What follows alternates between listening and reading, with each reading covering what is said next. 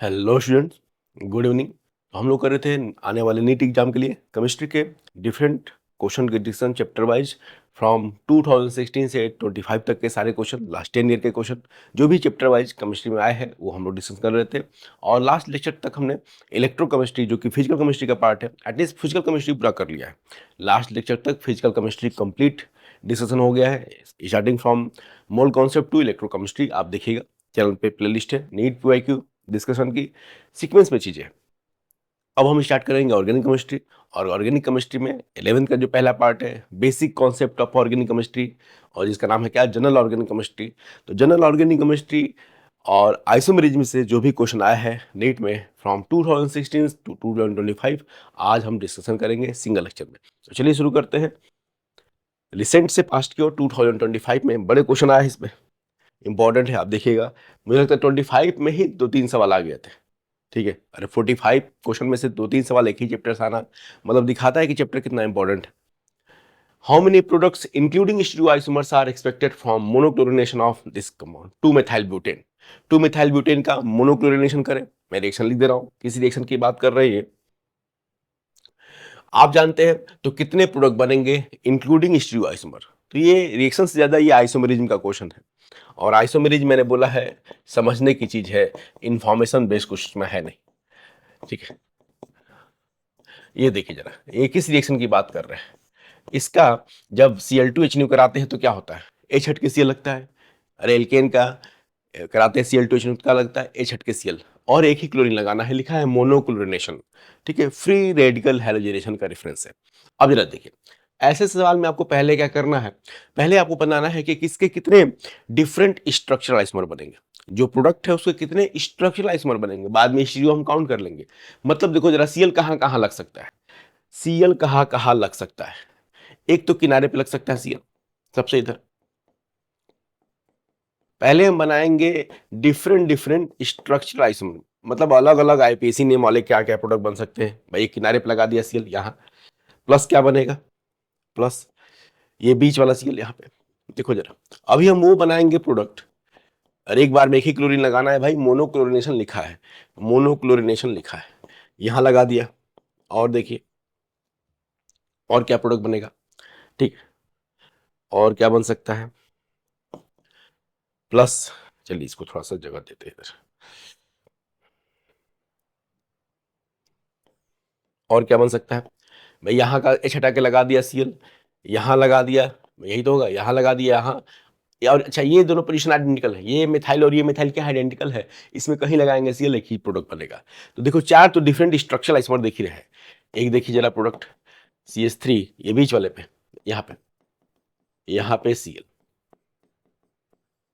और एक लास्ट में, भाई वो वाला मिथाइल और ये मिथाइल आइडेंटिकल है, इनमें से कोई एक को हटा दीजिए, तो ये बन गया CH2 Cl CH CH3, CH2 CH3। अब जरा देखो, तो ये टोटल 4 आंसर नहीं है, प्लीज जरा समझना है। ये 4 क्या है, स्ट्रक्चरल आइसोमर। इनके नाम देखिए, IPAC नेम अलग अलग है, इनके IPAC नेम अलग अलग है, लेकिन यही आंसर नहीं है, इंक्लूडिंग स्टीरियो आइसोमर। अब देखो क्यों बताया गया है। अगर पूछता एक्सक्लूडिंग स्टीरियो आइसोमर, अगर पूछा होता क्वेश्चन में एक्सक्लूडिंग स्टीरियो आइसोमर, मतलब केवल स्ट्रक्चरल आइसोमर काउंट करिए, तो फिर आंसर 4 होता, इसलिए मैंने बना दिया। लेकिन इंक्लूडिंग है, इंक्लूडिंग तो किस तरह से क्वेश्चन पूछा जा रहा है वो देखिए, तो इसमें और बनेगा। अब जरा देखेंगे कि कहीं इसमें स्टीरियो आइसोमरिज्म, अगर किसी कंपाउंड में ज्योमेट्रिकल चाहे ऑप्टिकल पॉसिबल हो तो उसको फिर 2 गिनना पड़ेगा, ज्योमेट्रिकल चाहे ऑप्टिकल पॉसिबल हो तो उसके तो 2 गिनना पड़ेगा। मतलब कंपाउंड में कैराल कार्बन हो चाहे डबल बॉन्ड हो, जहां ज्योमेट्रिकल आइसोमरिज्म पॉसिबल हो। आई होप कि आपने पढ़ा होगा, अदरवाइज आइसोमरिज्म आप पढ़ सकते हैं चैनल से, कंप्लीट प्लेलिस्ट, ठीक है। अब जरा देखो, इस कंपाउंड में कहीं कैराल कार्बन है क्या, इस कंपाउंड में पहले वाले में बिल्कुल कहीं कैराल कार्बन नहीं है, कोई भी कार्बन कैराल नहीं है। अरे भाई वो कार्बन जिसके 4 बॉन्ड अलग अलग एटम चाहे ग्रुप से जुड़े हो, ठीक है, वो क्या होता है, कैराल कार्बन। अगर किस कंपाउंड में एक कैराल कार्बन है तो उसके कितने आइसोमर होते हैं, स्टीरियो आइसोमर 2, एक कैराल कार्बन है तब।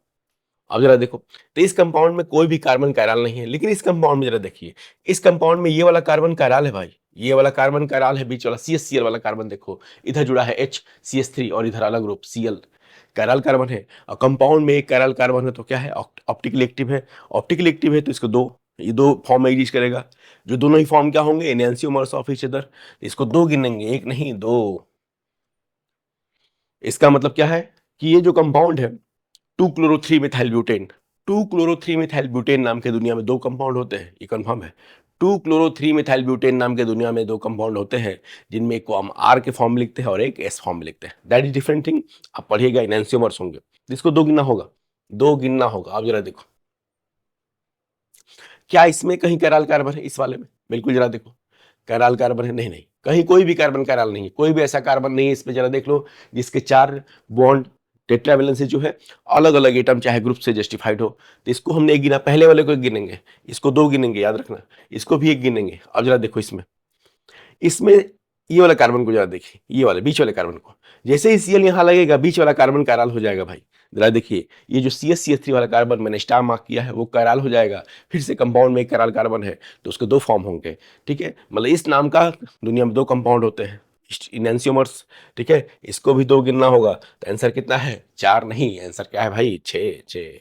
देख लीजिए भाई, तो इंपॉर्टेंट क्या बात है, अगर पूछता एक्सक्लूडिंग स्टीरियोआइसोमर, मतलब बस स्ट्रक्चरल आइसोमर बताइए, तो आंसर होता है 4। दोनों बातों का ध्यान, दोनों तरीके से सवाल पूछे गए हैं।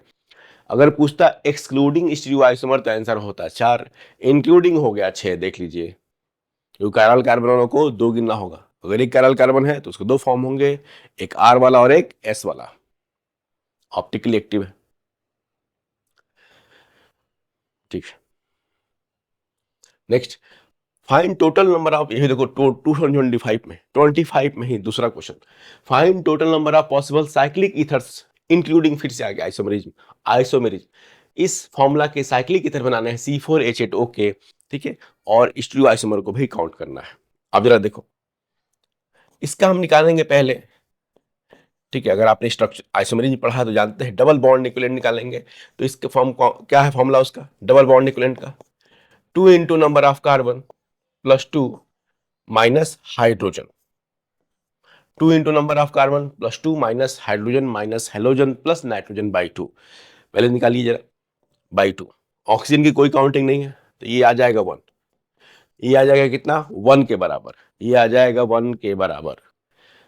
1 डबल बॉन्ड इक्विवेलेंट है तो क्या दिखाता है, या तो कंपाउंड में ओपन चेन अगर बनाएंगे, उस फॉर्मूला के ओपन चेन स्ट्रक्चर बनाएंगे तो उसमें पाई बॉन्ड होगा, चाहे रिंग वाला स्ट्रक्चर बनाएंगे। अब ये कह रहा है ज्यादा मेहनत मत करिए, जो साइक्लिक ईथर है वो बस बनाइए। इस फॉर्मूला के साइक्लिक ईथर बनेंगे, बिल्कुल वो बनाइए, बस बनेगा। वैसे अगर आप जानते हैं कंपाउंड के सारे स्ट्रक्चर आइसोमर पूछे तो इसमें एल्कोहल ही बनेगा, ठीक है, एल्डिहाइड कीटोन भी बनेगा, ठीक है, unsaturated alcohol, unsaturated ether, cyclic वाला एल्कोहल और साइक्लिक ईथर भी बनेंगे। तो प्लीज पहले डिटेल अगर पढ़ना है तो आप आइसोमेरिज्म पढ़ सकते हैं चैनल से। लेकिन फिलहाल एग्जाम में मैंने उसमें भी बोला था कि एग्जाम में हमेशा चीजों को कंडीशन लगा के, वो भाई बहुत ज्यादा हो जाता है, इसका ज्यादा आइसोमर हो जाते हैं, उन्होंने कर्टल कर दिया। चलिए ज्यादा मेहनत मत करिए, बस साइक्लिक ईथर बना दीजिए, ठीक है, साइक्लिक ईथर। तो देखो साइक्लिक ईथर, फिर से वही तरीका है, स्टीरियो आइसोमर पे अभी काउंट नहीं, अभी फोकस मत करिए। पहले हम बनाएंगे अलग अलग नाम वाले, अलग अलग आईपीसी नेम वाले ईथर, ठीक है, स्ट्रक्चरल आइसोमर्स। ये देखिए, पहला तो यही हो गया C4H8O, अरे 3 कार्बन, अच्छा अच्छा 4 कार्बन, 4 कार्बन, 4 कार्बन और एक ऑक्सीजन, ये तो इंक्लूड करके एक होगा 5 मेंबर का, 5 मेंबर का ईथर, ऑक्सासाइक्लोपेंटेन, ऑक्सासाइक्लोपेंटेन। अब देखिए जरा, अब आ जाएंगे हम, 4 कार्बन का ईथर रहेगा भाई, 3 कार्बन और एक ऑक्सीजन का, और एक कार्बन जो बच गया उसको कहीं लगाना पड़ेगा। अब पहले हमने क्या बनाया, मैक्सिमम जो 4 कार्बन और ऑक्सीजन को मिला के 5 मेंबर रिंग, फिर उससे कम करते हैं 4 मेंबर रिंग पे आ गए। 4 मेंबर रिंग का मतलब क्या होगा, 3 कार्बन एक ऑक्सीजन, अब एक कार्बन जो बच गया उसको कहीं लगाना पड़ेगा। अब जरा देखिए, उस कार्बन को हम यहां भी लगा सकते हैं, उस कार्बन को यहां लगा सकते हैं मिथाइल ग्रुप की तरह, और उस कार्बन को जो बचा हुआ है यहां भी लगा सकते हैं। जरा देख लीजिए, दोनों चीजें अलग अलग है, दोनों चीजें अलग अलग, ठीक है। फिर क्या कर सकते हैं, अब हम 5 हो गया, 4 मेंबर की रिंग हो गई, अब 3 क्या बचाएंगे, अब 3 मेंबर के साइक्लिक ईथर पे आ जाएंगे। 3 मेंबर का जैसे ही साइक्लिक ईथर बनाओगे 2 मिथाइल ग्रुप बच जाएंगे, मिथाइल 2 कार्बन बच जाएंगे। अब उन दोनों कार्बन को मिथाइल की तरह चाहे इथाइल की ब्रांच की तरह लगा सकते हैं। तो पहला ऑप्शन मिथाइल। अब मिथाइल की ब्रांचिंग ऐसे कर सकते हैं, दोनों मिथाइल ग्रुप एक जगह, अरे 2 कार्बन बच गए भाई, दोनों मिथाइल ग्रुप एक जगह, दोनों मिथाइल ग्रुप अलग अलग जगह, दोनों मिथाइल ग्रुप अलग अलग जगह। फिर उसके बाद एथाइल की ब्रांचिंग, उसके बाद क्या है, एथाइल की ब्रांचिंग, उसके बाद एथाइल की ब्रांचिंग। अब जरा देखिए, ये तो है बस स्ट्रक्चरल आइसोमर। अब इसमें होगी बात कैराइल कार्बन की, ठीक है, स्टीरियो आइसोमर्स की बात होगी। अब जरा देखिए स्टीरियो आइसोमर्स, क्या इसमें कहीं कैराइल कार्बन है पहले वाले में? पहले वाले में कैराइल कार्बन नहीं है। साइक्लो ऑक्सा साइक्लोपेंटेन में एक गिनेंगे इसको, एक गिनेंगे। ये देखो इसमें ये वाला कार्बन कैराल है, इसमें एक ये वाला कार्बन क्या है, कैराल है। इसे कितने स्टीरियोसोमर होंगे? तो इसको दो गिनना होगा, दो, एक आर फॉर्म एक एस फॉर्म। इसमें जरा देखिए क्या ये कार्बन कैराल है, जरा देखिए इसको, ये वाला कार्बन कैराल नहीं है, ये वाला कार्बन कैराल नहीं है, चीजें सेम हो जा रही है। इसको एक गिनी, एक गिनी। इसमें कहीं है कैराल कार्बन, इस वाले में बिल्कुल नहीं, इसको भी एक गिनेंगे, इसको भी एक गिनेंगे। इसमें जरा देखिए, उसमें आते हैं अभी। इसमें देखिए ये वाला कार्बन क्या हो जाएगा, इसमें देखिए ये वाला कार्बन, ये वाला कार्बन, इस पे क्या लगा है, एथाइल ग्रुप, एच लगा है। और इधर अलग अलग चीज, ये भी कार्बन कैराल है। अब आप कैराल कार्बन स्टीरियो आइसोमर सब टर्म नहीं जानते तो बड़ी मुश्किल बात है, तब बहुत मुश्किल, क्योंकि एग्जाम का है ये, एग्जाम का क्वेश्चन है ये, देख लो जरा। अब मेन है ये वाला, ये वाला जरा देखो सबसे, इसलिए मैंने अलग रखा है इसको, इसको फिर से बना लेते हैं, इसको फिर से बना लेते हैं। अभी तक कितने हुए, तीन तीन छह हुए। अब जरा देखिए, ओहो, एक कराल कार्बन है तो इसको दो गिनना पड़ेगा, सॉरी, इसमें एक कराल कराल कार्बन है, कराल कार्बन है तो इसको दो गिनना पड़ेगा, दो, सात, सात अभी तक। अब जरा देखिए ये वाला फॉर्म कोई बड़ा इंपॉर्टेंट है, यहां लगा है दोनों जगह, क्या लगा था, मिथाइल, वन टू पे क्या था, वन टू, ठीक है था ना, वन टू वाला मिथाइल ग्रुप। अब इसमें जरा देखो, उन मिथाइल ग्रुप को हम सिस पोजीशन में भी रख सकते हैं, ट्रांस में भी। अब जरा देखिए, तो हम दोनों मिथाइल को सिस सेम साइड रखते हैं प्लेन के, और दोनों मिथाइल को अपोजिट, ठीक है, ट्रांस पोजीशन में। एक मिथाइल बाहर कर दो, एक मिथाइल प्लेन के अंदर कर दो। अब जरा देखिए इसको, अरे दोनों मिथाइल प्लेन की सेम साइड और अपोजिट साइड। अब जरा देखो, इनमें से अगर कोई कराल हुआ, अगर इनमें से कोई कराल हुआ तो कराल को कितने गिनते हैं, दो के बराबर। अगर कोई कोई कंपाउंड कराल है तो उसको क्या गिनेंगे, दो के बराबर, क्योंकि उसका एक डी फॉर्म भी होगा, डेक्स्ट्रोरोटेटरी फॉर्म भी, और एक लीवोरोटेटरी फॉर्म भी होगा, बिल्कुल, इनको एनिसोमर बोलते हैं। तो देखते हैं क्या ये कराल कंपाउंड है, जरा देखो इसमें, इस कंपाउंड में ये वाला जो है इसमें है प्लेन ऑफ सिमेट्री। जरा देखिए, अगर हम इसमें यहां से एक प्लेन ले लें, इसमें यहां से एक प्लेन ले लें, this will act as a plane of symmetry. अरे ऐसे कट कर दो, ऐसे कट कर दो, ऐसे कट कर दो, ये मिरर के अलाउंग मिथाइल ऊपर, यहाँ मिथाइल ऊपर, दोनों इमेज मिल जाएगा। इसके अलाउंग कट कर देंगे, इसमें मिरर इमेज मिल जाएगा, ठीक है। जरा देख लीजिए, इनको क्या बोलते हैं, अगर आपने पढ़ा है, इसमें दो दो कैराल कार्बन है, लेकिन कैराल कार्बन कंडीशन नहीं होता। अगर किसी कंपाउंड में एक कैराल कार्बन है, जैसे अभी तक करते आ रहे थे, किसी कंपाउंड में एक कैराल कार्बन है, तब तो गारंटी है कि उसके दो भाग फॉर्म होंगे, एक डी वाला डेक्स्ट्रो रोटरी और एक लीवो रोटरी। तो जैसे देखो, एक कैराल कार्बन है तो दो गिना हमने, एक कैराल कार्बन है इसको भी दो गिन लिया, कि उस नाम से दुनिया में दो कंपाउंड है। लेकिन एक से ज्यादा कैराल कार्बन है तो हमने क्या पढ़ा था, वो ऑप्टिकली एक्टिव हो भी सकता है, नहीं भी हो सकता है, गारंटी नहीं है। कैराल कार्बन कोई कंडीशन नहीं है ऑप्टिकल एक्टिविटी का, मॉलिक्यूलर कैरालिटी जो दिखाता है कि कंपाउंड में क्या हो, प्लेन ऑफ सिमेट्री चाहे सेंटर ऑफ सिमेट्री सब ना हो, तब कैराल होगा। इस कंपाउंड में जरा देखिए, दो दो कैराल कार्बन है, एक कहाँ, छोड़िए एक की क्या बात कर रहे हैं, ये दोनों कार्बन ही कैराल है, लेकिन ओवरऑल मॉलिक्यूल अकैराल है। दो दो कैराल कार्बन है कंपाउंड में, लेकिन बीच में चूंकि प्लेन ऑफ सिमेट्री है, प्लेन ऑफ सिमेट्री है, ये है प्लेन ऑफ सिमेट्री, तो बेकार है मॉलिक्यूल। ओवरऑल मॉलिक्यूल क्या है, अकैराल, इनएक्टिव है। ऐसे कंपाउंड को क्या बोलते हैं, ये है मेसो कंपाउंड। याद करिए, मेसो कंपाउंड, रेसमिक मिक्सचर, ठीक है। अगर आपने पढ़ा है आइसोमेरिज्म तो बहुत बड़ी बात नहीं सब चीज, तो इसको एक गिनेंगे, एक गिनेंगे। एक कैराल कार्बन है तो ऑप्टिकल एक्टिव होने की गारंटी है, एक से ज्यादा है तो गारंटी नहीं है। हो भी सकता है, हो भी सकता है, अब देखिएगा नहीं भी हो सकता है, क्योंकि क्या हो गया, दो दो कैराल कार्बन है फिर भी ओवरऑल बेकार निकला, इसको क्या बोलते हैं, मेसो कंपाउंड। ये देखिए, इसमें भी दोनों कार्बन कैराल है, ये भी कार्बन कैराल है, ये भी कार्बन कैराल है, और इसमें कोई भी सिमेट्री नहीं मिलेगा। इसमें कोई भी, देख लो जरा, बीच में कट कर दो ना बीच से, बड़े मिथाइल इसमें ऊपर है, इसमें मिथाइल अंदर है, इसमें मिथाइल बाहर है, और इसमें मिथाइल क्या है, अंदर की ओर, तो इमेज तो नहीं हुआ वो। इसमें कोई प्लेन ऑफ सिमेट्री नहीं है, मतलब ये ऑप्टिकली एक्टिव है, ये कैराल है, इसको दो गिनना पड़ेगा, कैराल कंपाउंड को 2 गिन देना। अरे जो जो कंपाउंड कैराल है ये भी कंपाउंड कैराल था, ठीक है, ये भी कंपाउंड कैराल था, तभी तो 2 गिना। कैराल कंपाउंड है तो 2 और कैराल है तो 1 गिनेंगे। तो आप जरा देख लीजिए कितना आंसर है, मिला लेंगे। 2 2 4 2 6 4 10 10 है आंसर, 10 10। अगर विदाउट स्टीरियो आइसोमर पूछता तब आंसर क्या होता? विदाउट स्टीरियो आइसोमर आंसर कितना आ रहा था हमारा? 1 2 3 4 5 6, 6 बस आ रहा था। एक्सक्लूडिंग स्टीरियो आइसोमर पूछा जाता है, बस excluding that will be 6, otherwise कितना आंसर है? 6 10 सॉरी, देख लो। ये है मेसो कंपाउंड। मेसो कंपाउंड क्या होते हैं? जिनमें कैराल कार्बन हो फिर भी बेकार हो। क्यों बेकार हो भाई? Due to plane of symmetry, चाहे सेंटर ऑफ सिमेट्री, कोई सिमेट्री मिल जाए उनमें, कैराल कार्बन होने के बावजूद ऑप्टिकली इनएक्टिव निकले, उस मॉलिक्यूल को क्या बोलते हैं? Meso compound. ये था मेसो कंपाउंड इसमें। चलिए नेक्स्ट क्वेश्चन पे आते हैं। 2025 फिर से। Arrange following in decreasing order of bond energy of C bond H. अब जरा देखो बॉन्ड एनर्जी में पहला काम क्या करते हैं? बॉन्ड एनर्जी में पहला काम क्या करते हैं? सबसे पहले बॉन्ड एनर्जी का मतलब, जब भी किसी को बॉन्ड एनर्जी देते हैं, बॉन्ड एनर्जी का मतलब होमोलिसिस, होमोलिसिस के लिए दी जाने वाली एनर्जी को। तो देखो जैसे ए बॉन्ड बी है कोई, उसका अगर होमोलिसिस हो रहा है, होमोलिसिस में क्या बनते हैं? रेडिकल्स बनते हैं। होमोलिसिस में क्या बनते हैं? रिएक्शन इंटरमीडिएट में पढ़ा हमने, रेडिकल्स बनते हैं। तो इस होमोलिसिस के लिए जो एनर्जी दी जाती है that is called bond energy. Homolysis के लिए जो एनर्जी दी जाती है that is called bond energy. अब देखो जब भी बॉन्ड एनर्जी का कंपैरिजन करना हो, क्वेश्चन कुछ भी हो, अभी हम दूसरी बात कर रहे हैं, जब भी बॉन्ड एनर्जी का कंपैरिजन करना हो तो क्या करना चाहिए?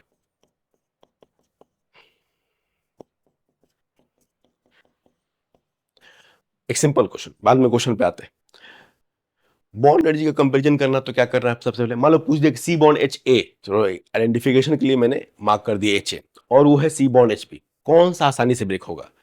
ठीक है, जहां कहां बॉन्ड एनर्जी कम होगी। सबसे पहले क्या कम करना है? ऐसे ठीक है, पहले तो आप क्या काम करिए, जिस सी बॉन्ड एच की बात कर रहा है उस कार्बन का हाइब्रिडेशन पहले चेक करिए। जिस सी बॉन्ड एच की बात कर रहा है उस कार्बन का हाइब्रिडेशन चेक करिए। अगर हाइब्रिडेशन सेम है तब हम आगे ये बताएंगे। तो हमने हाइब्रिडेशन चेक किया, दोनों का हाइब्रिडेशन क्या है देखो जरा।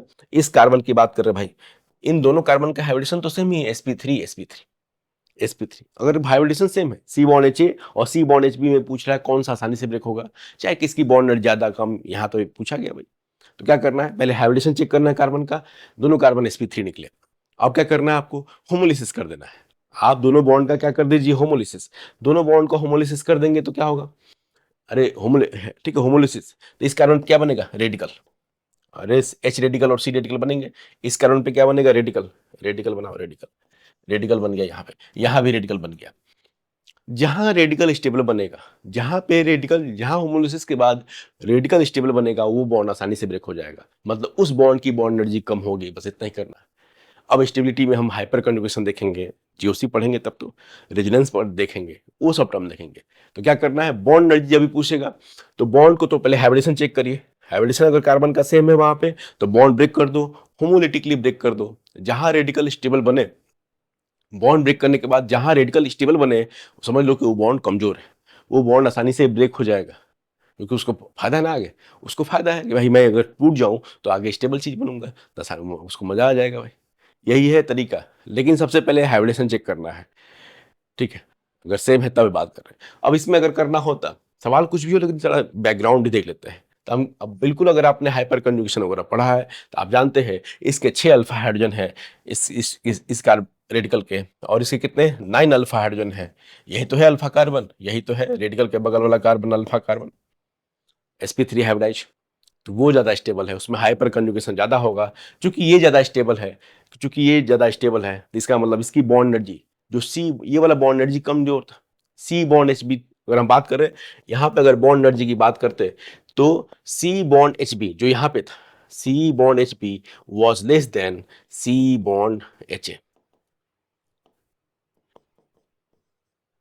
बिल्कुल, ये सी बॉन्ड एच आसानी से टूट जाएगा कंपेरिजन टू दिस। अब लेकिन ये सब बातें आप तब कर पाएंगे जब उस कार्बन का हाइब्रिडेशन क्या हो, सेम हो, तब तो। लेकिन अगर हाइब्रिडेशन ही अलग अलग हो, ठीक है, जरा इस सवाल को देखिए जो नीट में आया था क्वेश्चन। जो नीट में आया था क्वेश्चन, उसको देखिए। अब जरा देखिए, अगर क्यों बोल रहा हूं मैं हाइब्रिडेशन की बात, क्योंकि अगर बॉन्डिंग का याद हो तो आपने पढ़ा है कि as s character, as percentage s character of, वो याद करें, बहुत सिंपल, कोई नई बात नहीं बजाय, as percentage s character of hybrid orbital, hybrid orbital increases bond energy increases, as percentage as character of hybrid orbital increases bond energy increases, bond length decreases, bond length decreases। sp3 में 25% S character, sp में 50%, ठीक है, और sp2 में 33% approximately. अब देखो यहां पे यही दिक्कत, एग्जाम में जो क्वेश्चन पूछा गया है उसमें हमारा वाला फंडा काम नहीं करेगा, क्योंकि मैंने क्या कहा, हाइब्रिडेशन पहले चेक करो। ये कह रहे हैं सी बॉन्ड एच की, स्टार मार्क किया था, तो इस कार्बन का हाइब्रिडेशन जरा देखिए, इस कार्बन का हाइब्रिडेशन क्या है, sp2, इस कार्बन का हाइब्रिडेशन है sp, इतना तो कर ही लोगे, इस कार्बन का हाइब्रिडेशन है sp3, sp3, तो सबसे ज्यादा कितना परसेंटेज करेक्टर किसमें है, sp में, 50% करेक्टर भाई, 50% करेक्टर, इसमें कितना है sp3 में, 25% करेक्टर, और sp2 में कितना है, 33.3% करेक्टर। एस करेक्टर बढ़ेगा तो बॉन्ड एनर्जी क्या होगा, सी बॉन्ड एच का बढ़ेगा। तो आंसर क्या है इसका, यहाँ पे 2, फिर क्या आएगा 1, फिर 3, यहाँ बॉन्ड एनर्जी का ऑर्डर क्या होगा, सी बॉन्ड एच का 2 1 3। तो दोनों बातों को याद रखिएगा, कुछ भी पूछ सकता है। अगर हाइब्रिड ऑर्बिटल का एस करेक्टर ही अलग अलग है तो फिर डायरेक्ट यहीं से देख लेंगे, जो क्वेश्चन एक्चुअल था वो तो इस बात पे डिपेंडेंट था, उसमें रेडिकल फेडिकल बनाने की जरूरत नहीं है। अदरवाइज हम बॉन्ड एनर्जी के डेटा में क्या करते हैं, अगर हाइब्रिडेशन सेम हुआ उस कार्बन का तो आप रेडिकल बनाइए, जहां रेडिकल स्टेबल बनेगा समझो कि वो बॉन्ड कमजोर है, जितना स्टेबल रेडिकल उतना आसानी से बॉन्ड ब्रेक हो जाएगा, प्रोवाइडेड कि ये वाली बात ना आए। हाँ, ठीक है, नहीं तो ये तो सीधे आ जाएगा भाई, एस करेक्टर बढ़ता है हाइब्रिड ऑर्बिटल में तो बॉन्ड एनर्जी बढ़ता है, बॉन्ड लेंथ घटता है।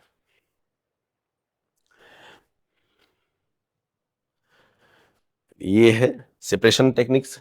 तो chloroform, aniline, glycerol from spent direct है। ग्लिसरॉल कैसे अलग करते हैं भाई, glycerol distillation under reduce pressure, ये किसके लिए यूज करते थे, क्योंकि ग्लिसरॉल जो है अपने नॉर्मल बॉइलिंग पॉइंट से पहले ही डिकम्पोज हो जाता है। ग्लिसरॉल अपने नॉर्मल बॉइलिंग पॉइंट से, नॉर्मल बॉइलिंग पॉइंट मतलब बॉइलिंग पॉइंट किसी कंपोनेंट का फिक्स नहीं है, किसी भी सब्सटेंस का, वो प्रेशर एटमॉस्फेरिक प्रेशर कितना है उस पर डिपेंडेंट है। तो नॉर्मल बॉइलिंग पॉइंट कब बोलते हैं भाई, पानी का बॉइलिंग पॉइंट 100 नहीं है, पानी का normal boiling point 100 degree Celsius होता है। नॉर्मल का मतलब क्या है कि अगर सराउंडिंग प्रेशर 1 एटमॉस्फेरिक, प्रेशर बदलेंगे तो पानी का बॉइलिंग पॉइंट बिल्कुल बदलेगा। ठीक है, समुद्र की गहराई में बॉइलिंग पॉइंट अलग होगा और ऊंचाई पे बॉइलिंग पॉइंट अलग होगा। जो भी हमारे पास डेटा है नॉर्मली किसी भी सब्सटेंस के, वो नॉर्मल बॉइलिंग पॉइंट्स के डेटा है। ठीक है, अब जरा देखिए, तो डिस्टिलेशन अंडर रिड्यूस प्रेशर कहाँ यूज करते थे, चूंकि ग्लिसरॉल ऐसे कंपोनेंट, ग्लिसरॉल का आपको डिस्टिलेशन कराना है, डिस्टिलेशन में जानते हैं भाई हीटिंग करते हैं, तो बॉइलिंग टेम्परेचर आता है उस कंपोनेंट का, तो वो वेपराइज होकर अलग हो जाता है, सिंपल बता रहा हूँ। अब दिक्कत क्या है ग्लिसरॉल के साथ, ठीक है, ग्लिसरॉल को हीटिंग करेंगे, उसका मतलब अगर आपका सराउंडिंग प्रेशर 1 एटमॉस्फेरिक है तो ग्लिसरॉल कब बॉयल होगा, 180 डिग्री सेल्सियस लगभग, मान लेते हैं ग्लिसरॉल का नॉर्मल बॉइलिंग पॉइंट लगभग 180 डिग्री सेल्सियस। ठीक, एग्जैक्ट डेटा मुझे नहीं याद है, उससे मतलब नहीं, मान लेते हैं ग्लिसरॉल का नॉर्मल बॉइलिंग पॉइंट मतलब 1 एटमॉस्फेरिक प्रेशर पे बॉइलिंग पॉइंट 180 डिग्री सेल्सियस। ठीक है, आप वहां तक बॉयल करेंगे, वो प्राइस होगा, अलग हो जाएगा। लेकिन दिक्कत क्या है, ग्लिसरॉल उस टेम्परेचर पे डिकम्पोज हो जाता है। ग्लिसरॉल क्या है, अपने नॉर्मल बॉइलिंग पॉइंट पे डिकम्पोज हो जाता है, तो आपको फिर वेपर में ग्लिसरॉल नहीं मिलेगा। ठीक है, आप वेपराइज तो करेंगे लेकिन ग्लिसरॉल तो तब तक डिकम्पोज हो चुका होगा। तो अब तरीका क्या है, चाहिए तो हमको ग्लिसरॉल, तो हम क्या करेंगे, बाहर का प्रेशर ही कम कर देंगे, क्योंकि पता है प्रेशर बाहर का कम करेंगे बॉइलिंग पॉइंट उसका कम हो जाएगा, प्रेशर बाहर का कम करेंगे सराउंडिंग प्रेशर तो बॉइलिंग पॉइंट भी कम हो जाएगा। अब ग्लिसरॉल क्या होगा, 180 पे बॉयल ना होकर पहले ही बॉयल हो जाएगा। क्या फायदा हुआ, ग्लिसरॉल डिकम्पोज तब होता है जब आप टेम्परेचर 180 तक करते हैं, आप क्या करा रहे हैं, आप पहले ही बॉयल करा दे रहे हैं उसको, आप लोअर टेम्परेचर पे ही इसको बॉयल करा रहे हो, तब उसको डिकम्पोजिशन से बचा सकते हैं। तो ऐसे केसेस में यूज करते हैं क्या, distillation under reduce pressure. Detail पढ़ेंगे तो सब कुछ मिलेगा आपको। एनिलीन वाटर के लिए करते हैं steam distillation, crude oil in petroleum fractional distillation, और बचा ये क्लोरोफॉर्म एनिलीन का सिंपल डिस्टिलेशन है, सिंपल डिस्टिलेशन। देखा अभी तक जो भी क्वेश्चन है सब 2025 में 4-5 क्वेश्चन आ गए थे। ये चैप्टर तो इंपॉर्टेंट है ही, 4-5 क्वेश्चन सिंगल चैप्टर से।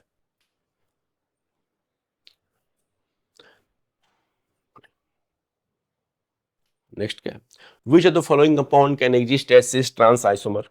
ठीक, सिस ट्रांस मतलब इसमें से कौन सा ज्योमेट्रिकल 2025, फिर से ज्योमेट्रिकल आइसोमेरिज्म शो करेगा।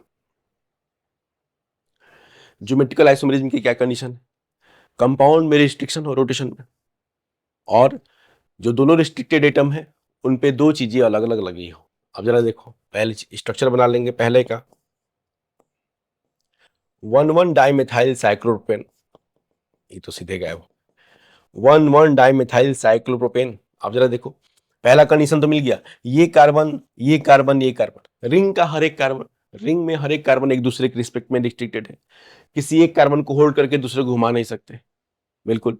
तो रिस्ट्रिक्टेड तो है, लेकिन दिक्कत क्या है, जो रिस्ट्रिक्टेड एटम्स हैं, ये एक दोनों मान लो कोई भी दो कार्बन लेते हैं, उन पे जो दो फर्दर चीजें लगी हो, कोई भी दो रिस्ट्रिक्टेड एटम्स बने, हमने दो कार्बन लिए रिंग के, उनमें दो जो बॉन्ड फर्दर जुड़े हो वो सेम नहीं होने चाहिए।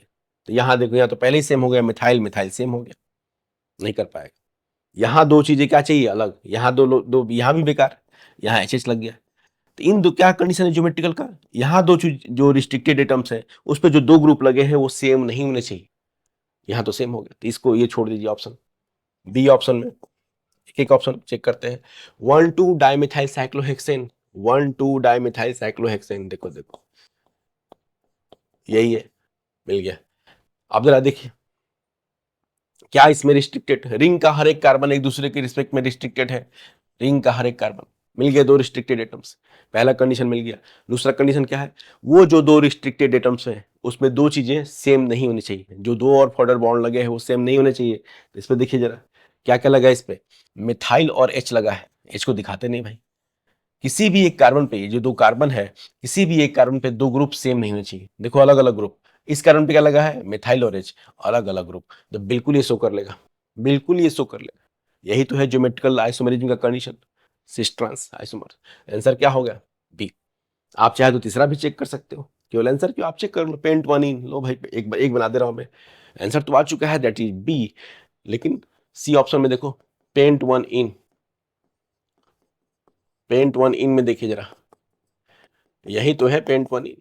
आप जरा देखो, ये मिल गए हमारे, ये दोनों कार्बन क्या है, ये दोनों कार्बन क्या है रिस्ट्रिक्टेड, ये दोनों कार्बन रिस्ट्रिक्टेड कार्बन कहलाएंगे, क्योंकि एक को होल्ड करके दूसरे को घुमा नहीं सकते। ठीक है, ये तो पहला कंडीशन मिल गया। दूसरा कंडीशन क्या है, किसी भी एक रिस्ट्रिक्टेड एटम पे दो चीज ग्रुप सेम नहीं होने चाहिए। इस कार्बन पे देखिए, इस कार्बन पे लगा है एच और प्रोपाइल ग्रुप, ये तो अच्छा हो गया, मजा आ गया। इस कार्बन पे लगा है एच और प्रोपाइल ग्रुप अलग अलग, अच्छी बात है, लेकिन यहाँ दिक्कत है, एच और एच सेम हो गया, बगल में दिक्कत है, ये नहीं शो कर पाएगा। यही है ज्योमेट्रिकल आइसोमेरिज्म का कंडीशन, मतलब जो दो दो रिस्ट्रिक्टेड एटम्स हैं उन पे फर्दर जो दो ग्रुप लगे हैं वो सेम नहीं होने चाहिए। जैसे इसमें था, देखो अलग अलग ग्रुप, मिथाइल एच, इसमें भी मिथाइल एच, तो बी ऑप्शन है इसका। Right IPC name of following. ठीक, आप जरा देखो, इसमें नंबरिंग करना है, कोई किसी का प्रेफरेंस नहीं है, कहां से नंबरिंग करेंगे। अगर हम यहां से करते हैं 1 2 3 4, बस यही देखना है लोएस्ट पॉसिबल नंबर। फिर NO2 को भी 1 कर सकते हैं, NO2 से भी 1 शुरू कर सकते हैं। अगर हम NO2 से 1 शुरू करके इधर जाएंगे, जरा देख लीजिए, NO2 से अगर 1, NO2 को 1 दिया, इसको 2 दिया, तो और ये कहाँ पे आएगा 1 2 3 4 5 पे आ जाएगा। फिर C2H5 का नंबर क्या होगा 5, यहां से आएगा, फ्लोरीन से शुरू किया है तो 1 to 4 की नंबरिंग आ रही है, हम लोवेस्ट पॉसिबल नंबर देते हैं ना ब्रांच को। अगर हमने बाय डिफॉल्ट, ठीक है, हिट एंड ट्रायल 1 कहां से शुरू किया हमने फ्लोरीन से, तो 1 2 4 आ रहा है, ब्रांच का नंबर क्या आ रहा है 1 पे 2 पे 4 पे। अगर NO2 से कोई शुरू करेगा तो ब्रांच का नंबर क्या आएगा 1 पे 2 पे और कहां पे 5 पे आ जाएगा, तो उससे अच्छा है। तो कोई कहेगा सर मिथाइल से शुरू करेंगे, देख लीजिए इसको, एथाइल से, याद नहीं करना है कहां से शुरू करना है, अरे जहां से ब्रांच को लोएस्ट पॉसिबल नंबर मिले, और क्या, लोएस्ट लोकेंट रूल बोलते हैं जिसको।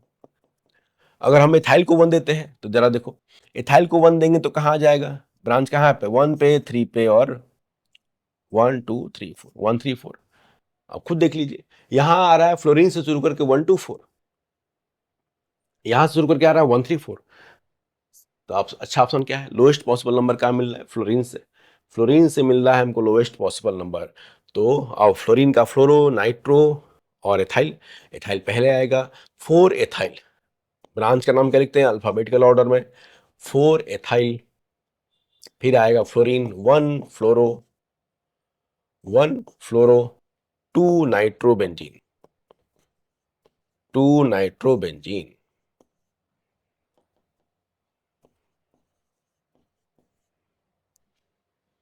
लोवेस्ट पॉसिबल नंबर, ठीक है, ब्रांच। देख लीजिए हमने सारे कंडीशन इंटरवल अप्लाई कर लिए, कहाँ शुरू करेंगे? ये वाला नंबर में क्या मिला हमको? 124। नाइट्रो से शुरू किया तो क्या मिला था हमको? अगर नाइट्रो को 1 दिया था, नाइट्रो वाले कार्बन को, तो फिर हमारा पोजीशन आया था 125, खुद देख लीजिए। और एथाइल से शुरू किया तो फिर आ गया था 1 3 और 4, 1 2 3 4। बिल्कुल, आप सोच लीजिए लोएस्ट सम कहाँ आएगा? लोएस्ट सम तो यही आ रहा है, 4 2 1।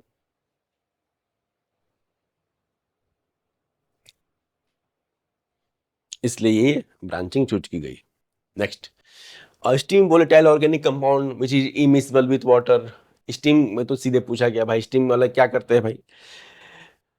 भाई स्टीम पास कराते हैं उसमें, एनिलीन के लिए, बेंजल्डिहाइड के लिए, क्लोरोबेंजीन, ब्रोमोबेंजीन, इस सब के लिए, एसेंशियल ऑयल फ्रॉम फ्लावर, इस सब के लिए एक्सट्रैक्शन के लिए स्टीम डिस्टिलेशन यूज करते हैं। उसमें क्या होता है, मिक्सचर जो है, इवन बॉइलिंग पॉइंट सब्सटेंस का कितना है? 250 डिग्री सेल्सियस। पानी का कितना होता है? 100 डिग्री सेल्सियस। अब दोनों को उसमें क्या होगा, स्टीम पास कराएंगे तो मिक्सचर का भी वेपर उठेगा, पानी का भी वेपर, और दोनों एक साथ बॉयल होंगे। तो वो क्या होगा, वहां पे बॉइलिंग पॉइंट जो होगा, इवन पानी के बॉइलिंग पॉइंट से भी थोड़ा सा कम ही आएगा। इवन पानी के बॉइलिंग, मिक्सचर के बॉइलिंग पॉइंट से भी थोड़ा क्या होगा, इंडिविजुअल कंपोनेंट के बॉइलिंग पॉइंट से भी कम ही टेम्परेचर पे वो बॉयल हो जाते हैं। यही फायदा है वहां पे। वहां भी हम डिकम्पोजिशन से बचा सकते हैं चीजों को, स्टीम डिस्टिलेशन मेथड में भी डिकम्पोजिशन से बचा सकते हैं। तो क्या होगा इसका, close to but below 100 degree Celsius. यही तो फायदा है। मिक्सचर का वेपर प्रेशर भाई बढ़ जाएगा, मिक्सचर का वेपर प्रेशर बढ़ जाएगा तो बॉइलिंग पॉइंट घट जाएगा। Next, methyl group attach to positively charge carbon atom stabilises carbocation. अब जरा देखो ये क्या रेफरेंस है, रेफरेंस देखिए इनका। ये कह रहे हैं, कोई एग्जांपल लेते हैं,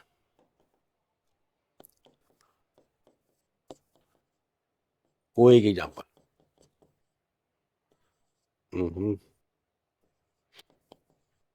ये कह रहे हैं कि अगर आपको पूछा जाए, सिंपल जीओसी अगर आपने पढ़ा है तो आपको बहुत अच्छे से याद आएगा, इन दोनों कार्बोकेटाइन में कौन ज्यादा स्टेबल है? बस यही सवाल है, इन दोनों कार्बोकेटाइन में कौन ज्यादा स्टेबल है? तो आप बोलेंगे सर ये वाला। क्यों ज्यादा स्टेबल है? बिल्कुल, अगर आपने पढ़ा है तो हाइपर कंजुगेशन भाई, इसके बगल में क्या है? ये अल्फा, ये अल्फा हाइड्रोजन है, और यही है, कितने अल्फा हाइड्रोजन है? 3, 3 अल्फा हाइड्रोजन, 3 हाइपर कंजुगेशन होगा, उसमें तो कोई व्यवस्था ही नहीं। उसमें जितने ज्यादा अल्फा हाइड्रोजन बढ़े, अभी हमने सवाल किया था कार्बोकेटाइन के रिस्पेक्ट में, जितने ज्यादा अल्फा हाइड्रोजन बढ़ेंगे तो उतना कार्बोकेटाइन क्या होता है? स्टेबलाइज। क्यों? हाइपर कंजुगेशन से होता है क्या? चार्ज का डिलोकलाइजेशन। हाइपर कंजुगेशन से, एक दिखा दे रहा हूं मैं अगर याद ना हो तो, हाइपर कंजुगेशन कैसे दिखाएंगे? ये अल्फा हाइड्रोजन से। हाइपर कंजुगेशन से क्या होगा? चार्ज का डीलोकलाइजेशन। ये देखिए, इस तरह से हम इस एच से भी, इस एच से भी और इस एच से दिखा सकते हैं। तो 3 जगह इसमें प्लस चार्ज का डी, ठीक है, डीलोकलाइजेशन होगा, और चार्ज जितना ज्यादा डीलोकलाइज होता है उतना ही क्या होता है? आराम से स्टेबल रहता है। तो यहाँ मेन रोल क्या है? तो ये कह रहे हैं मिथाइल ग्रुप क्यों स्टेबलाइज कर रहा है कार्बोकेटाइन को? Due to hyper conjugation, due to hyper conjugation.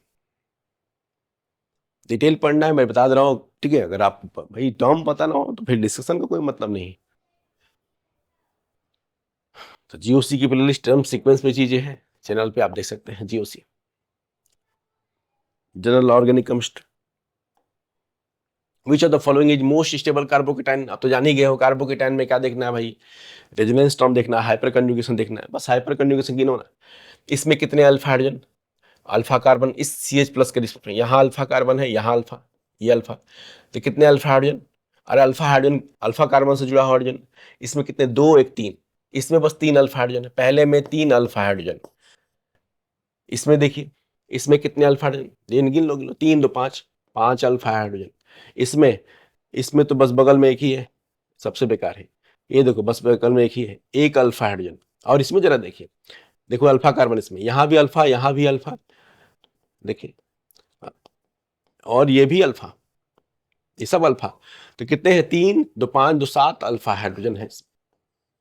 गिन लीजिए, इस कार्बोकेटायन के रिस्पेक्ट में 7 अल्फा हाइड्रोजन है, हाइपर कंजुगेशन इसमें ज्यादा होगा, चार्ज का डिस्पर्सन ज्यादा होगा, और यही है आंसर, सबसे स्टेबल कार्बोकेटायन।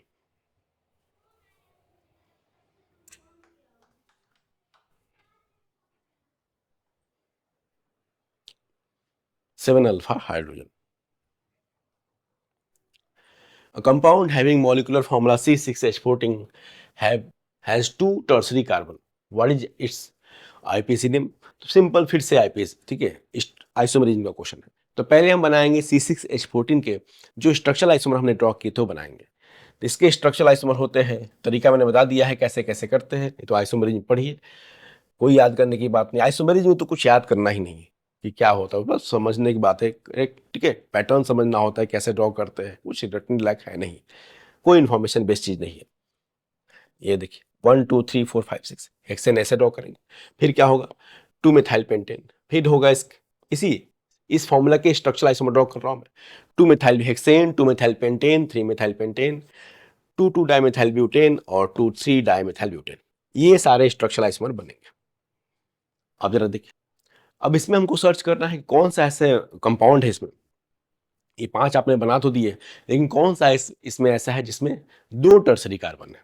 अब टर्सरी कार्बन आप जानते हैं कि ऐसा कार्बन जिसके नेबरिंग कितने कार्बन हो, 3, सिंपल, जिसके अगल बगल कितने कार्बन हो, 3। अब जरा देखिए इसमें तो टर्सरी कार्बन है नहीं, हेक्सेन में कोई टर्सरी कार्बन नहीं है। इसमें देखिए 2 मिथाइल पेंटेन में ये वाला कार्बन टर्सरी कार्बन है, अरे है कि नहीं, इधर भी कार्बन, यहाँ भी कार्बन इसके रिस्पेक्ट में, यहाँ भी CH2 है, तो इस कार्बन के अगल बगल 3 कार्बन है, तो ये है टर्सरी कार्बन, लेकिन एक ही है।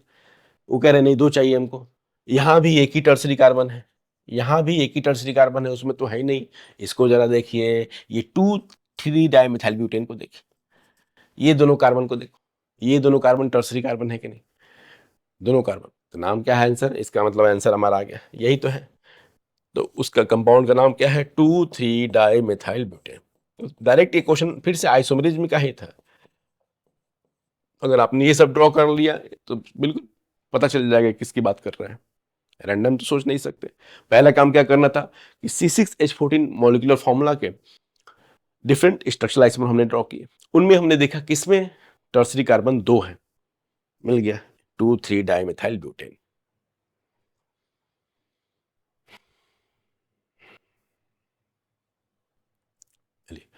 Which of the following compound will show geometrical isomerism condition, आप जान चुके हैं, बिल्कुल देख लेते हैं, फटाफट बनाओ, बनाते ही पता चल जाएगा। ये देखो पेंटवानिन, अभी हमने ट्राई, पेंटवानिन मैं नहीं करता, ये तो होगा नहीं। अभी हमने उस पिछले एग्जाम्पल में पेंटवानिन की बात की थी, नहीं हो पाएगा, उसको चेक कर लेते हैं। 2 3 डाइमिथाइल ब्यूट 2 इन, 2 3 डाइमिथाइल ब्यूट 2 इन, जरा देखिए क्या ये शो करेगा, डबल बॉन्डेड कार्बन है, लेकिन जरा देखो दोनों कार्बन पे, ये जो 2 कार्बन है इसमें 2 चीजें सेम हो गई, मिथाइल मिथाइल सेम, यहाँ मिथाइल मिथाइल सेम, तो भूल जाइए इसको, ये भी नहीं हो पाएगा, बी भी नहीं हो पाएगा। 2 मिथाइल प्रोपीन, 2 मिथाइल प्रोप 1 इन, चलो इसको भी देख लो, कोई बात नहीं, 2 मिथाइल प्रोपीन, ये देखो ये मिल गए रिस्ट्रिक्टेड कार्बन, लेकिन यहाँ फिर से मिथाइल, इस कार्बन पे जरा देखो, इस कार्बन पे मिथाइल मिथाइल सेम हो, छोड़ दीजिए, कोई मतलब नहीं है, बचा यही, आंसर तो आ चुका है, लेकिन देख लेते हैं क्यों। 3 4 डाइमिथाइल हेक्सथ्रीन, 3 4 डाइमिथाइल हेक्सथ्रीन, 3 4 डाइमिथाइल हेक्सथ्रीन। अब जरा देखो यहाँ पे, बिल्कुल आंसर तो आ चुका है, लेकिन देख लीजिए क्यों, ये दोनों कार्बन है हमारे डबल बॉन्ड वाले रिस्ट्रिक्टेड, यहाँ क्या लगा है मिथाइल, और ये क्या लगा है एथाइल, देखो जरा सेम नहीं है, CH2 CH3 है, ये अलग अलग है, मिथाइल ग्रुप अलग, एथाइल ग्रुप अलग, किसी भी वो डबल बॉन्डेड कार्बन पे 2 लोग जो है, 2 ग्रुप वो सेम नहीं होने चाहिए, तो मिथाइल एथाइल अलग, इसमें भी देखिए, इस कार्बन पे भी देखिए, इधर लगा है मिथाइल और ये क्या लगा है भाई, एथाइल है, ये तो एथाइल है कि नहीं, देखो जरा, ये मिथाइल अलग एथाइल अलग, बिल्कुल यही आंसर है, डी, डी।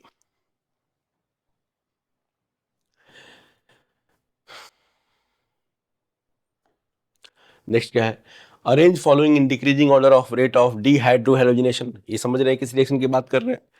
अब जरा देखिए, पहले हम रिएक्शन का रेफरेंस समझ लेते हैं कि जब एल्काइल हैलाइड का रिएक्शन हम कराते हैं एल्कोहलिक केओएच से, एल्कोहलिक केओएच से, तो यहाँ से निकलता है हैलोजन, अल्फा से निकलता है हैलोजन, बीटा से निकलता है क्या, हाइड्रोजन, डीहाइड्रोहेलोजिनेशन, चाहे क्या बोलते हैं इसको, बीटा एलिमिनेशन। एल्कोहलिक की वजह से क्या बनता है, अल्फा से हेलोजन ClBrI जो भी हो, और बीटा से H निकलता है और क्या बनता है, एल्कीन। एल्कीन। तो इस रिएक्शन के रेफरेंस की बात की जा रही है, वहां हमने E2 रिएक्शन, क्या बोलते हैं इसको, एलिमिनेशन बाय मॉलिक्यूलर। तो क्या करना है इसमें, जितना स्टेबल एल्कीन बनेगा, जितना स्टेबल एल्कीन बनेगा तो रेट ऑफ रिएक्शन उतना ही क्या होगा, फास्ट होगा, बस सिंपल। जितना stable alkene, rate of reaction उतना ही क्या होगा, फास्ट। रिएक्शन तो बड़ा सिंपल है इसमें। अगर शॉर्टकट की बात करें तो अल्फा पोजीशन से आई निकालिए, बीटा से एच निकालिए, एल्कीन बनाइए, जितना स्टेबल एल्कीन बनेगा रेट ऑफ रिएक्शन उतना ही ज्यादा। चलिए फटाफट करिए। यहां से आई निकाला, यहां से आई निकल गया, बगल से एच निकल गया, यहां डबल बॉन्ड आ गया, सबका प्रोडक्ट बना लेते हैं, बस प्रोडक्ट। यहां से आई निकला, बगल से एच निकल गया, डबल बॉन्ड, यहां से आई निकला, इधर एच निकाले। याद रखिएगा, अगर दो या दो से ज्यादा एल्कीन बनने की पॉसिबिलिटी हो तो more stable alkene major product होता है, सेट जब प्रोडक्ट। अब चलिए हमारे प्रोडक्ट बन गए। अब दिख रहा है इसमें सबसे स्टेबल कौन सा है भाई, पहला वाला। अरे भाई कॉन्जुगेटेड है वो, पाई दोनों बॉन्ड क्या है, रेजोनेंस में, सबसे अच्छा। फिर अब इनमें तो रेजोनेंस नहीं है, तो सबसे अच्छा, सबसे ज्यादा रेट किसका होगा, पहले वाले का। अब इन दोनों में देखो, इन दोनों पाई बॉन्ड का कोई रेजोनेंस नहीं है, तो फिर क्या देखते हैं, हाइपर कंजुगेशन। इस एल्कीन में कितने हाइपर कंजुगेशन है, अल्फा हाइड्रोजन बस दो है, बस दो है। और यहां देखिए, तीन इधर, तीन इधर। जितना ज्यादा अल्फा हाइड्रोजन, एल्कीन भी उतना स्टेबल होता है, हाइपर कंजुगेशन में पढ़ा हमने। उसमें है 6 अल्फा हाइड्रोजन, 6 हाइपर कंजुगेशन, इसमें तो दो ही है, तो 1, फिर आएगा 3, और सबसे बेकार 2, सबसे बेकार 2। Rate of E2 reaction is proportional to stability of alkene formed, ये हमने यूज किया है term.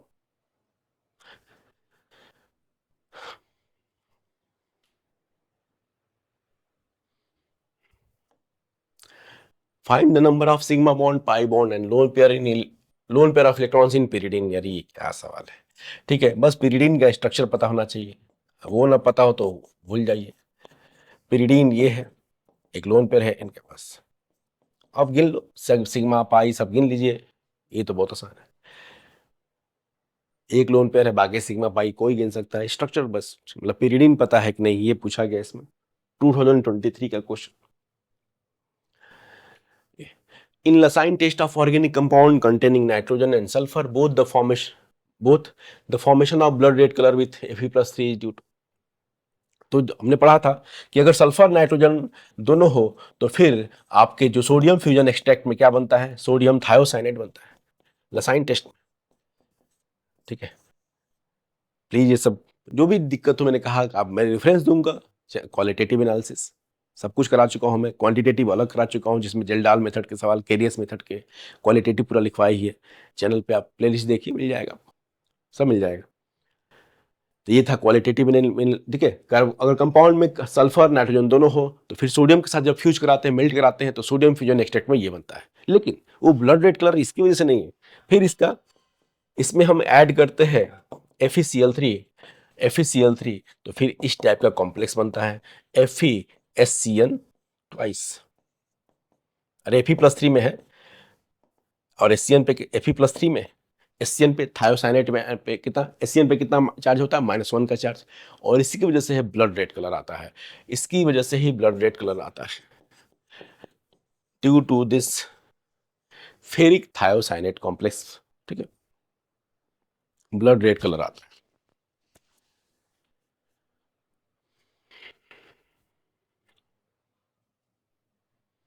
Find the number of aromatic compound हाकाजुलूस के हिसाब से। अब जरा देखिए, ये तो नेप्थलीन है, ठीक है, कौन कौन सा एरोमेटिक होगा इसमें गिन लीजिए। पाई बॉन्ड, भाई फ्यूज रिंग में क्या गिनते हैं, फ्यूज रिंग में अगर हकलू लगाना है तो पेरिफेरल पाई इलेक्ट्रॉन गिनते हैं। इसमें किनारे किनारे कितने पाई इलेक्ट्रॉन है टोटल, 2 2 10, 3 2 5 10, 4n + 2 = 10, n = कितना आ जाएगा 2। ठीक है, इंटीग्रल नंबर है, होल नंबर है, तो ये भी एरोमेटिक है। इसमें कितने पाई इलेक्ट्रॉन हो गए, सारे के सारे sp2 है, 2 2 4 और -4 डिलोकलाइज है।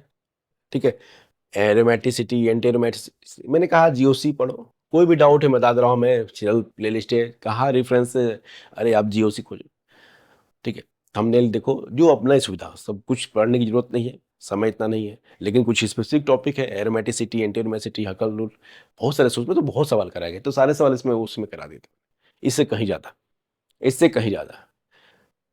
तो भाई क्वेश्चन मैंने कहा डिस्कशन तभी है सही देखना जब आपको आगे पीछे उसका पता हो कि क्या बोला जा रहा है, क्योंकि आप डिटेल तो यहाँ बता नहीं सकते। तो ये है, ये भी एरोमेटिक, 2 2 4 2 6, 6 भाई माइनस को भी हम पाई इलेक्ट्रॉन की तरह डिलोकलाइज्ड अगर है तो ये भी एरोमेटिक, ये भी एरोमेटिक। ये वाला क्या था, एंटी एरोमेटिक, ये नहीं, ये भी एरोमेटिक, ये एंटी एरोमेटिक। ये क्या था, नॉन एरोमेटिक, याद करिए टफ शेप का होता है, ऐसा नहीं होता, गलत दिखाया गया है। ये कैसा होता है, नॉन प्लेनर होता है। साइक्लोऑक्टाटेट्राइन नॉन प्लेनर टफ शेप का होता है, ये नॉन एरोमेटिक है। एंटी एरोमेटिक मत लिख देना। एंटी एरोमेटिक कौन कौन से हैं, ये वाला है एंटी, जो क्रॉस किया है मैंने, ये एरोमेटिक।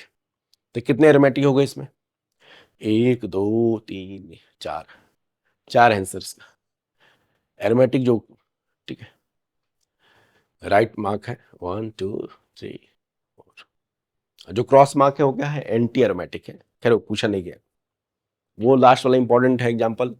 वो क्या था, cyclooctatetraene, that is non aromatic, क्योंकि प्लेनर शेप में नहीं होता है। कैसा होता है, नॉन प्लेनर टॉप शेप का। Naphthalene, anthracene. Arrange the following in decreasing order of SN2। अब जरा देखिए, rate of SN2 is inversely proportional to steric crowding. ठीक है, क्राउडिंग बढ़ती है तो SN2 का रेट घटता है। स्टेरिक क्राउडिंग एट अल्फा और बीटा कार्बन, हेलोजन के रिस्पेक्ट में। अब देखिए,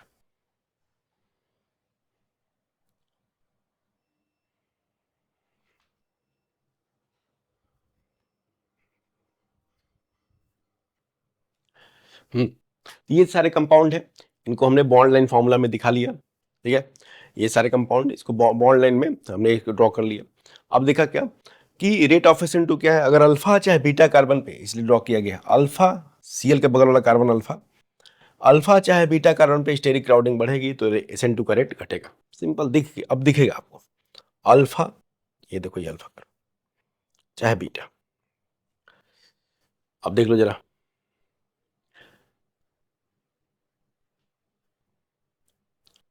सबसे अच्छा, सबसे रेट किस में आएगा पहला, अगर नंबरिंग कर दो मैं, सबसे अच्छा कोई क्राउडिंग नहीं, सबसे बेकार और सबसे पहला तो तुरंत दिखेगा 1 2 3 4, 1 2 3 4। जरा देखिए, तो सबसे ज्यादा किस में आएगा भाई, 1 रेट। अरे कोई क्राउडिंग नहीं है, सबसे बेकार किस में आएगा, 3। देखो देखो 3 सबसे बेकार है, 3 सबसे बेकार है। अब इसमें देख लीजिए जरा, 4 अल्फा कार्बन पे देखो जरा, 4 इसके बाद 1 के बाद क्या आएगा, 4, फिर क्या आएगा 2, 1 4 2 3, 1 4 2 3, 1 4 2 3। स्ट्रक्चर पर सोचना था, बस स्ट्रक्चर आपके मन में बना भी है तो उस स्ट्रक्चर को अपने बॉन्ड लाइन में दिखा लिया, तो आइडिया लग गया कि क्राउडिंग कहाँ ज़्यादा है। क्राउडिंग, स्टेरिक क्राउडिंग बढ़ेगी तो रेट ऑफ SN2 क्या होता है, घटता है, घटता है। नेक्स्ट क्या है, what is habitation of C1 and C2 carbon, C1 and C2 carbon in following compound. अब जरा देखिए, इस कंपाउंड में भाई जी स्ट्रक्चर तो बना हुआ है, लेकिन कौन सा कार्बन नंबर 1 है, कार्बन नंबर 2, ऐसा तो कुछ मार्क है नहीं। तो अब हम क्या करें, तो बिल्कुल जब भी, क्योंकि एग्जाम में भी जब आया था तो रेफरेंस नहीं था, जब भी ऐसा है भाई, तो C1 C2 का मतलब क्या है, IPC नंबरिंग के हिसाब से C1 C2।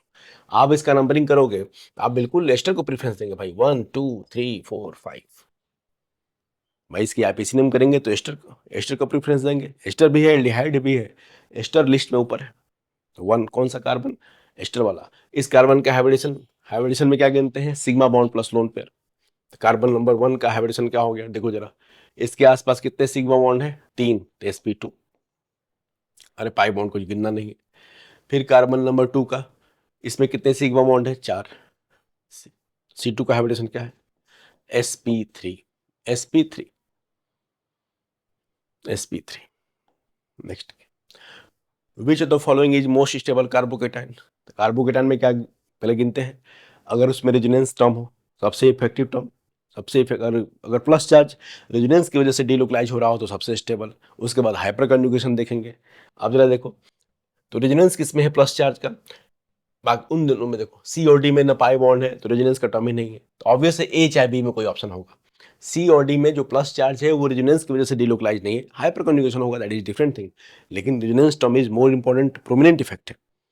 अब इसमें बी और ए दोनों में प्लस चार्ज रेजोनेंस में है पाई बॉन्ड के साथ, लेकिन जरा देखो अब उसमें क्या देखेंगे कि ज्यादा रेजोनेंस किस में है, मतलब ज्यादा डिलोकलाइजेशन किस में है, तो ऑप्शन देखिए ए में प्लस चार्ज का इधर भी कॉन्जुगेशन है पाई बॉन्ड के साथ, इधर भी है, ठीक है, बी में बस एक ही पाई बॉन्ड के साथ है, तो ऑब्वियस है सबसे स्टेबल कौन सा है, पहला वाला। हाइपर कन्जुगेशन बाद में देखते हैं, लेकिन सबसे प्रोमिनेंट इफेक्ट पहले देखो resonance effect, resonance effect. Next क्या है, which of the following is not an aromatic compound, अभी आप गिन सकते हैं बिल्कुल। अब देखो ये एरोमेटिक है, कितने पाई इलेक्ट्रॉन, दो, दो चार और दो छः। अकल ये भी एरोमेटिक है, कितने पाई इलेक्ट्रॉन, दो, दो चार, दो छः। ये भी एरोमेटिक, दो पाई इलेक्ट्रॉन। ये देखो बीच में क्या आ गया, sp3, अगर कहीं भी रिंग में sp3 आ जाएगा, अगर रिंग बनाने वाले मेंबर में जो रिंग बना रहे हैं कार्बन वो sp3 आ गया तो ऑलरेडी स्पीसीज नॉन प्लेनर हो गया, अब ये क्या हो गया, नॉन एरोमेटिक। आंसर तो आ गया, बीच में कहीं भी sp3 आ जाए तो मतलब क्या है, वो नॉन एरोमेटिक,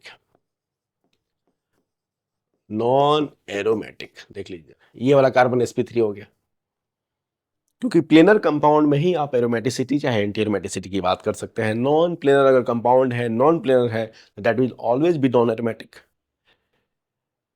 sp3 से क्या हो गया, नॉन प्लेनर, और क्या है, नॉन एरोमेटिक। फिर से इसका नाम लिखना है, किसको प्रेफरेंस देंगे भाई, अल्कोहल को।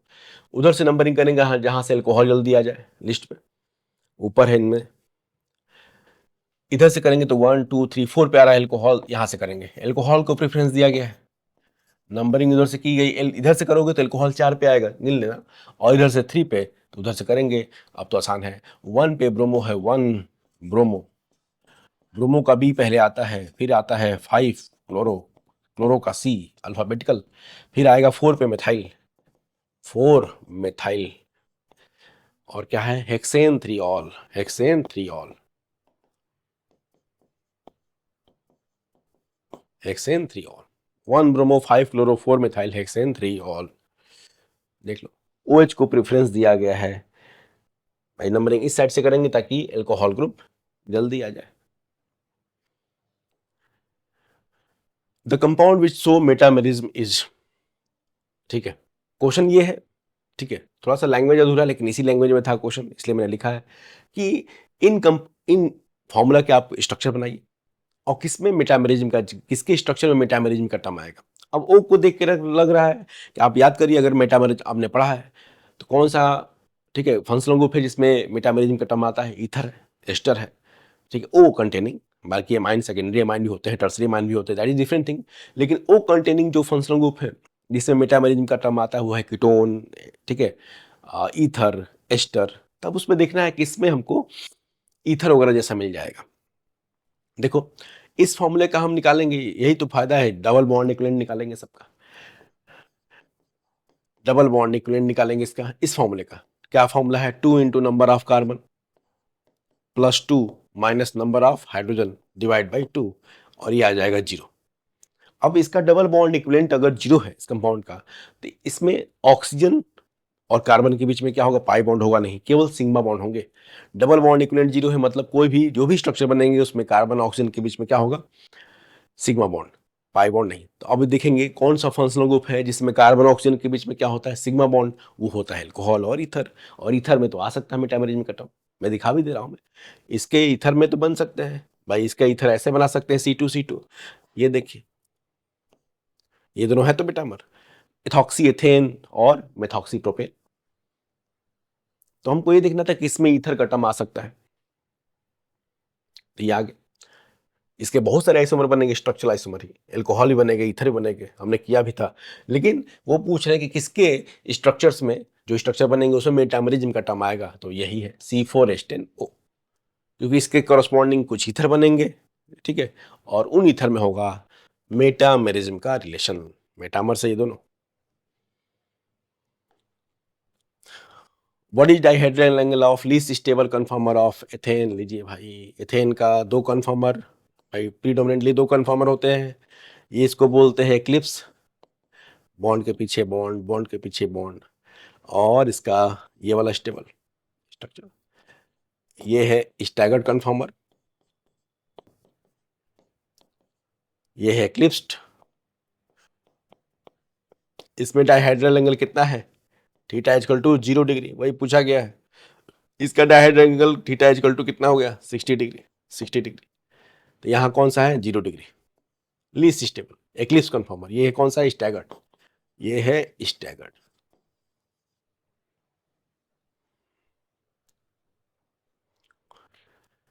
स्टैगर्ड, तो सॉरी अपना आंसर ये वाला है, ये नहीं, अपना आंसर है एक्लिप्स लिस्ट स्टेबल कन्फॉर्मर। ये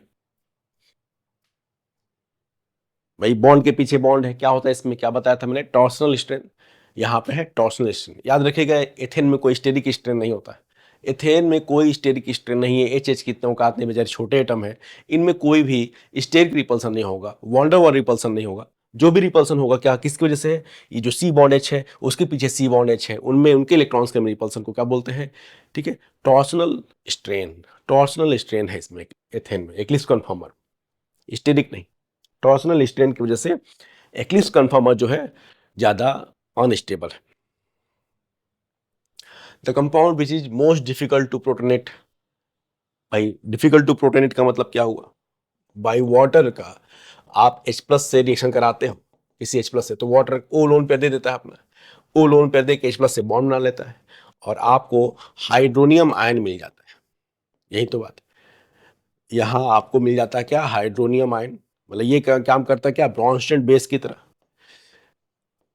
ये बेस की तरह क्यों काम कर रहा है, क्योंकि इसके पास लोन पेयर है, लोन पेयर दे सकता है किसी H+ को। अगर ये लोन पेयर अवेलेबल ना रहे, भाई इसकी भाई ये क्यों बेस की तरह काम कर रहा है, क्यों प्रोटोनेट हो जा रहा है आसानी से, लोन पेयर देखिए H+ से बॉन्ड बना रहा है। अगर ये लोन पेयर आसानी से अवेलेबल ना हो, जरा देखिए डी ऑप्शन को, जरा देखिए, फिनॉल आसानी से प्रोटोनेट होगा नहीं, क्योंकि इसमें ऑक्सीजन का लोन पेयर, जरा देखो रिंग में क्या है, डिलोकलाइज्ड। ऑक्सीजन का लोन पेयर क्या है, रिंग में डिलोकलाइज है। अरे एनिलीन क्यों कम बेसिक होता है, उसमें एन का लोन पेयर रिंग में डिलोकलाइज है, अवेलेबल नहीं है किसी को देने के लिए। इसका मतलब सबसे डिफिकल्ट है प्रोटोनेट करना फिनॉल को, फिनॉल को, due to less delocalisation of, बोल सकते हैं due to less availability of lone pair, चाहे due to delocalisation of lone pair in ring, in ring. क्या है, which of the following carbocation is most stable.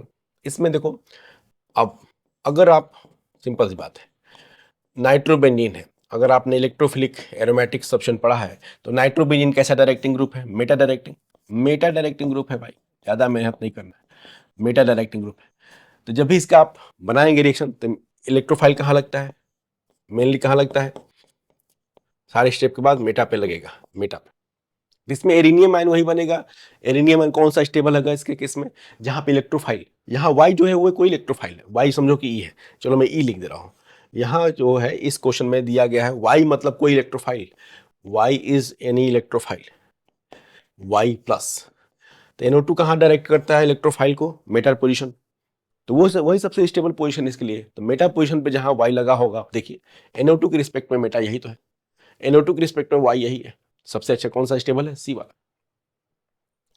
क्योंकि ये para position बेकार, ortho position बेकार। NO2 क्या है, Meta directing group, aromatic hydrocarbon पढ़िए।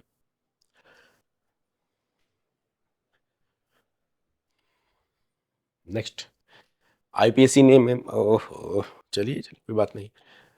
एल्डिहाइड भी है, कीटोन भी है, किसका प्रेफरेंस ज्यादा है, एल्डिहाइड का, IPSC के हिसाब से।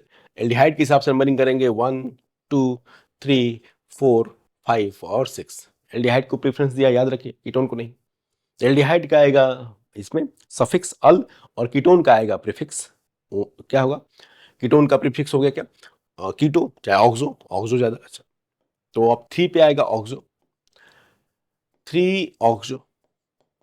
2 पे देखिए ये मिथाइल, ये ब्रांच हो गया, 2 मिथाइल, MnOP, ठीक है, ठीक है, 2 मिथाइल, 3 ऑक्सो 2 मिथाइल, अरे मिथाइल की ब्रांचिंग है, पेरेंट चेन मैंने मार्क कर दिया। फिर हेक्स 4 इन, हेक्स 4 इन 1 अल, 1 लिखने की जरूरत नहीं है, हेक्स 4 इन अल, 3 ऑक्सो, ऑक्सो क्या है भाई, कीटोन का प्रीफिक्स, 2 मिथाइल, तो ये मिथाइल ब्रांच की तरह है ये वाला। Hex 4 enal,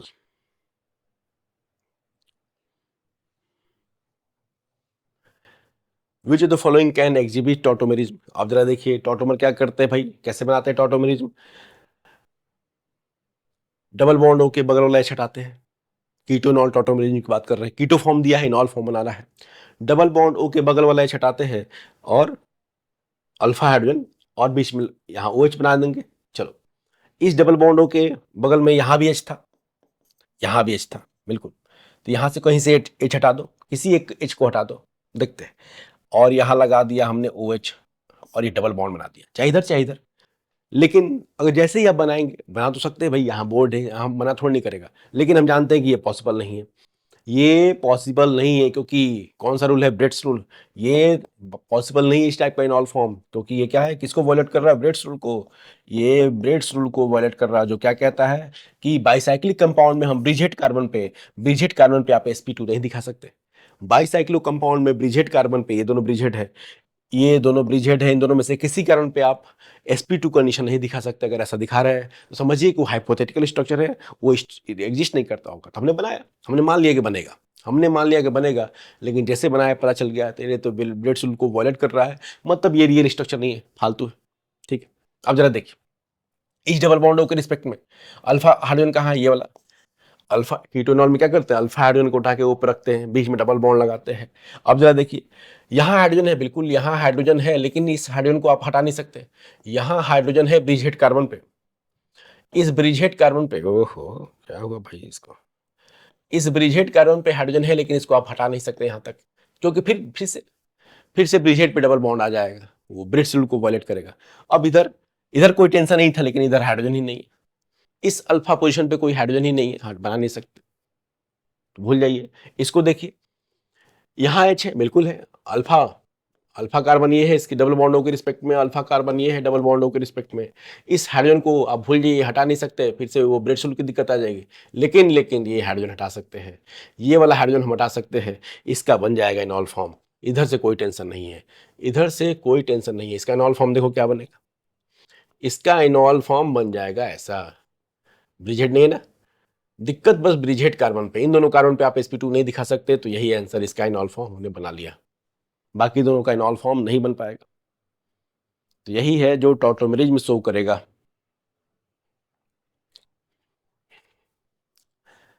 which of the following molecule represent the order of hybridisation sp2 sp2 sp ठीक है, अब निकाल लो, ये कार्बन क्या है, sp है, ये sp और ये भी sp, ये तो नहीं हुआ, ये देखिए sp2, ये sp2 sp sp, आंसर तो आ गया, ये देखिए पहले कर लेते सब, अरे सिग्मा बॉन्ड तो बस गिन रहे हैं, sp2 sp2 sp2 sp2 कुछ नहीं, ये sp3 कार्बन, ये sp2 और ये sp3, अपना आंसर तो आ चुका है बी, बी।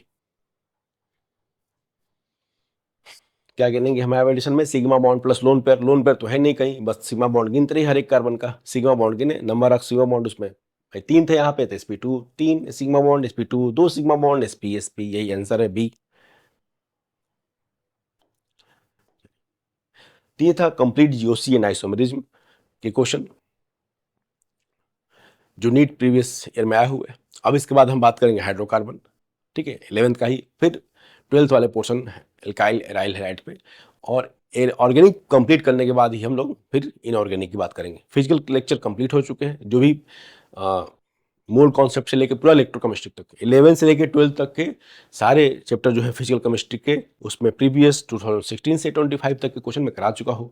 आज से हमने ऑर्गेनिक भी शुरू कर दिया, अब ऑर्गेनिक कुछ दिन चलेगा, फिर हम इनऑर्गेनिक की बात करेंगे, ठीक।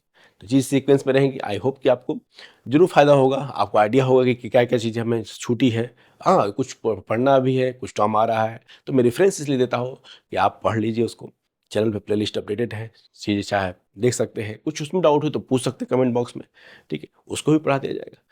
थैंक्स, मिलते हैं नेक्स्ट लेक्चर में हाइड्रोकार्बन के डिस्कशन। Thank you.